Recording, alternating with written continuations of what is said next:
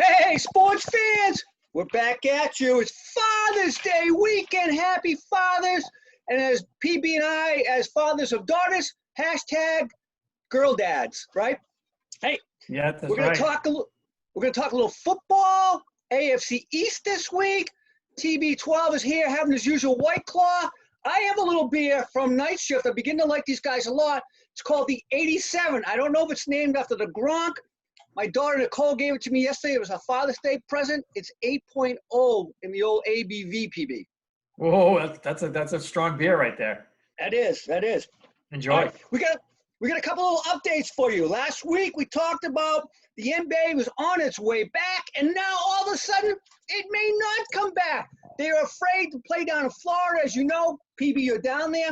The virus is going nuts. Social unrest in the country, and of course the bastion of truth. Kyrie Irving is telling him not to play. He can't even play himself. He's hurt. Why is he telling other guys not to play? I don't get it, but who knows? Baseball, we've been telling you for weeks now, MLB will probably not play. They've made their last offer to the players, 60 games with full pay. They've been wanting full pay, but now they want more games at full pay. I don't get it, man. I just don't get it. PB, by the way, we forgot to mention, I think the last time we talked, the MLB draft took place. We did talk about what was going to happen with the draft, 40 rounds down to 5, right? Yep. And a guy by the name of Spencer Torkelson, I think he's out of Vanderbilt if I'm not mistaken, #1 pick in the draft. What is interesting about this, do you know since 2013, only one guy picked #1 has been made the MLB. A guy by the name of Dansby Swanson, the shortstop. And I looked this up, little DYK for you fans. Only 2 Hall of Famers ever were picked #1 in the MLB draft.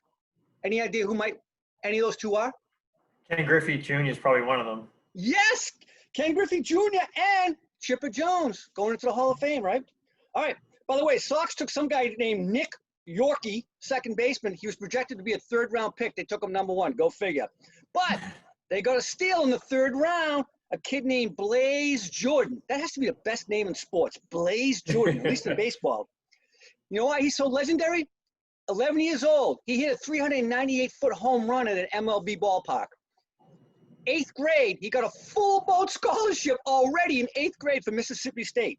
Good luck. And before we get into football, yesterday was the Belmont Stakes. As you know, the PBnZSportschaos, we usually predict those races. We forgot because who knew that the 3rd race, the Triple Crown, would be the 1st race? But it was. Yesterday, the Belmont Stakes was #1.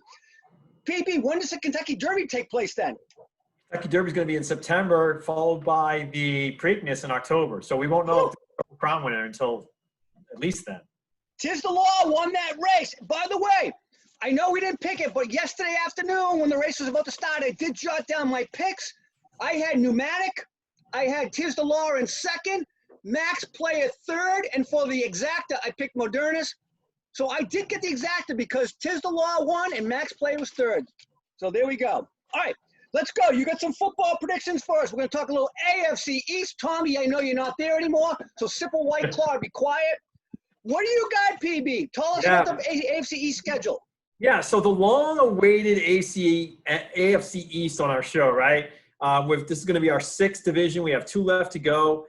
After carefully analyzing this division, I actually think they could be the best division in the AFC. I got 3 teams. I know. I got 3 teams in this division coming out with double-digit wins, which would be pretty surprising. Vegas, on the other hand, they have this division pretty bunched up. It ranges from the Patriots at 9.5 to Miami at 6. They have Buffalo at 9, and they have the Jets at 7. So all 4 teams are kind of bunched up. There's no one that's really, really horrible and no one that's really, really good. They do have tough schedules. Do you know that they represent the top 4 of the top 5 toughest schedules in the NFL this year? New England's 1, Jets are 2nd, Miami's 3rd, and Buffalo is 5th.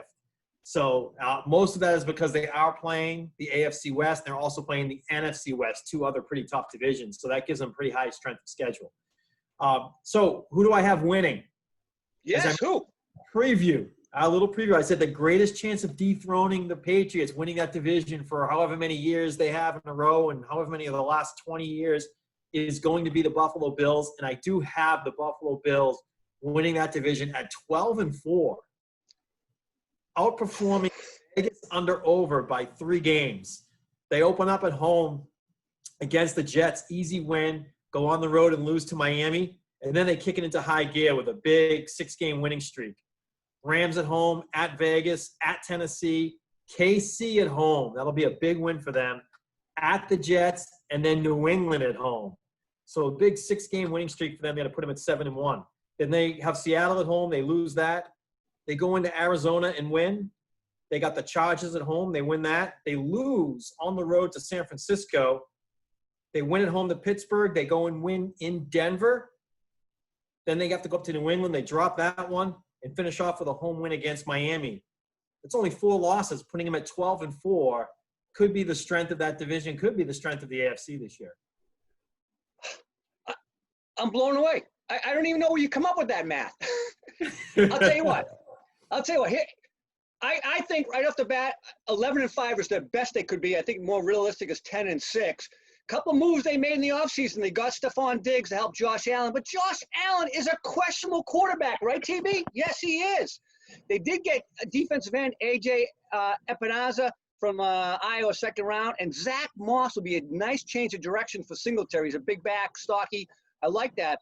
I say they probably go 4-0. I don't see 7-1. Luckily, they have both those L.A. teams at home at 1 p.m. starts. That helps a lot. I think they lose at Tennessee. They definitely lose at home to Kansas City. No way they can win that game in my mind. I think they also go on the road, lose at San Francisco and the Pats. And then the 4 games that are going to make this season or break it. The home game against Seattle, it's a 1 o'clock game in their favor. At Denver, could be a tough game. A lot of teams struggle there. Home game against Pittsburgh, I can't wait to do the AFC North. They did a surprise team to league. And then Arizona, your team that you think is going to make the playoffs. I think they could easily beat them as well and put them at 10-6, maybe 9-7. So we'll see. 11-5 is the upside, I think. All right. It's 3 games over what Vegas is predicting, so I would absolutely say I got them outperforming that. All right. 2nd place, New England Patriots, 11-5. Still a very strong record. A team that could certainly make or break that season 1 or 2 games either way. They lose 2, they should win. They're going to be 9-7. So I'm very optimistic, just solely based on their defense.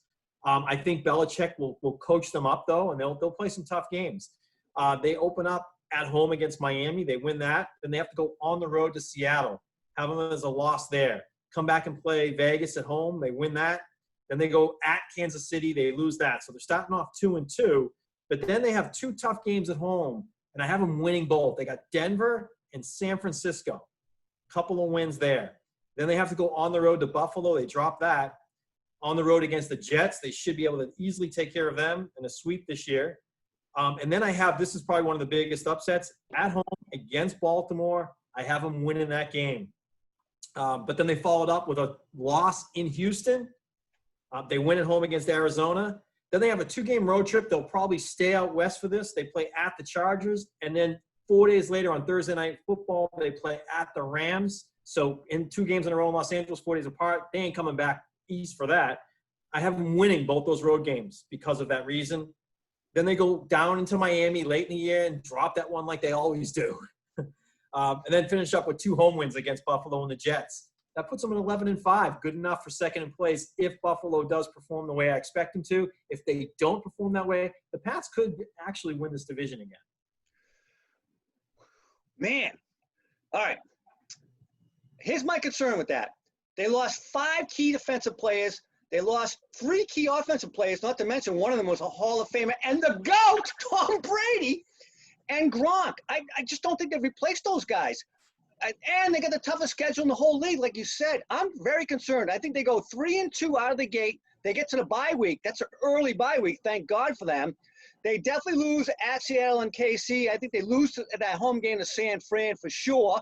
They're going to lose 1 game to Buffalo. I don't think they sweep L.A. I know they're going to go out there and stay there, like you said, but I don't see them sweeping those 2 L.A. teams. I think they split. Miami, they probably split, like you said. I agree with you there. Houston, that comes down to the Jets. If they don't sweep the Jets, this team is going to be 9-7 or 8-8. I think they'll go 10-6 though. I have a feeling, but 9-7 is probably realistic for them. Yeah, I wouldn't be surprised. They said when I opened up, 2 games go the other way, they're 9-7 instead of 11-5. So Yep. I wouldn't be surprised at the 9-7 record at all this year. Here's my big surprise, Z. Third place. I can't believe you're going to go next. Figures Florida boy is going with this one. All right, go ahead. Tell us. Third place team, but good enough to potentially make a wild card. But again, a couple games go the other way, and they're back down to 500. But I have Miami Dolphins 10-6. So I got them and the Arizona Cardinals as your 2 big teams improving over what Vegas is predicting from an over-win perspective. How does Miami get 10 wins this year? They open up on the road in New England. They'll lose that, but then they win 3 in a row. Buffalo at home, at Jacksonville, and Seattle at home. So you get 3 interesting wins right there, followed up by a loss at San Francisco. But then they win 3 in a row again, at Denver, Chargers at home, Rams at home. So they got the 2 LA teams as well, but those teams are coming out east, and I have them sweeping both of the LA teams. Then they have to go out west themselves to Arizona. I have them dropping that game in Arizona. They play back-to-back games against the Jets. I think it's separated by a bye week, though. So over a 3-week span, they'll play the Jets twice. They'll beat them at home. They'll lose to them on the road. Then they got Cincinnati at home. I got them winning that. They have Kansas City at home. They'll drop that one, of course. Then they got New England at home. They can beat them. They go out to Vegas. They beat Vegas on the road. And then they go up into Buffalo for the final game of the year, and they drop that. It's only 6 losses, though, against 10 wins. I got them 10-6. I can't believe that you have Arizona and the Dolphins winning 20 games this year. Yeah. And playing each other. And I actually have Arizona beating. The credibility of this show is now based on the fact that you have those 2 teams winning 10 games each. Hey, I gotta make some bold predictions here. You know what? First of all, I got a prediction for you to make. Are they going to keep 3 quarterbacks? Are they going to keep Josh Rosen on the roster? That's a tough one.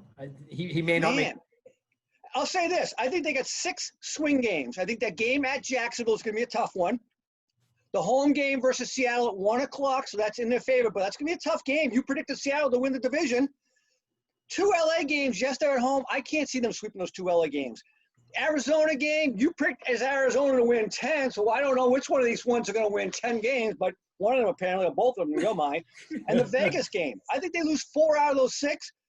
I think that this team is probably a 6-10 win, not a 10-6. And I think more realistic could be 4-12. Okay. Well, Vegas hasn't been under over at 6, so if they come 6-10, they're right on the money there. All right. So that takes us to the Jets. I can easily see them going 8-8 though. 10-6 is a bold prediction. All right. Then I have, as I said, the hapless, lowly New York Jets. I think this is an easy under to pick. And Vegas has them at 7 right now, under over. So you'd push at 7. They would have to be 500 this year, 8-8 for you to lose that bet. I do like the under there. I don't have them winning but 2 games. I have them winning at home against Miami, and I have them winning their second to last game at home against Cleveland. Other than that, I got them losing the rest. So sitting at 2-14, not a team I think that's going to break it into that next level like Arizona and Miami could potentially do this year. Now you're talking some sense, brother. Now you're talking some sense. But, hey, by the way, this Jets team, PB, they do not go to their bye week until the 12th week of the season. I see them going 1-10 to the bye. Yeah, I have them. That's the truth. I haven't moved that too. The only other win I have is Cleveland, so I got them 1-10 at the bye as well. And by the way, I know you said they split with the Dolphins, but that whole Dolphins series, Dolphins at home, bye week, Dolphins away, easily with that break, they could probably end up being swept by the Dolphins. They could. Oh man! All right, you heard it here. I still can't believe PB has Arizona and the Dolphins both winning 10 games and possibly on the cusp of the playoffs. These are bold predictions. We cannot wait till the 1st of January to see how close he is being true on this one.